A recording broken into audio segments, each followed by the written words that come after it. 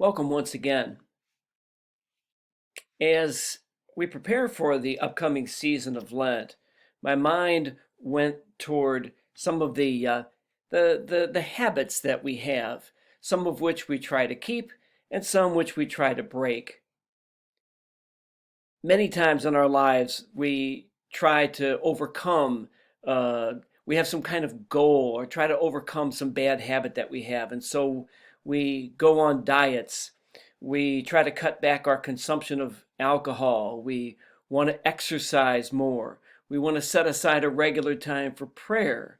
We want to resolve to call a friend or a neighbor more often. There might be some kind of bad habit that we're trying to overcome. We know from our life experience that many of these attempts are nothing more than fads. We're successful for a little while and then we fall back into our old bad habits. But some of them keep going. Some of these practices become part of our everyday life.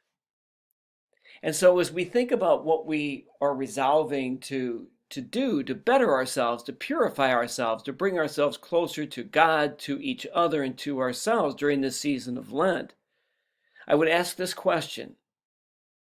Is what you're thinking about doing a fad, or is it something sustainable? Is it something that you can keep up as a regular practice, even after Lent is over?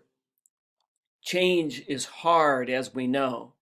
So when we attempt change, we want to make sure that it's a change that we can continue to do, a change that's sustainable. Thank you for watching again today.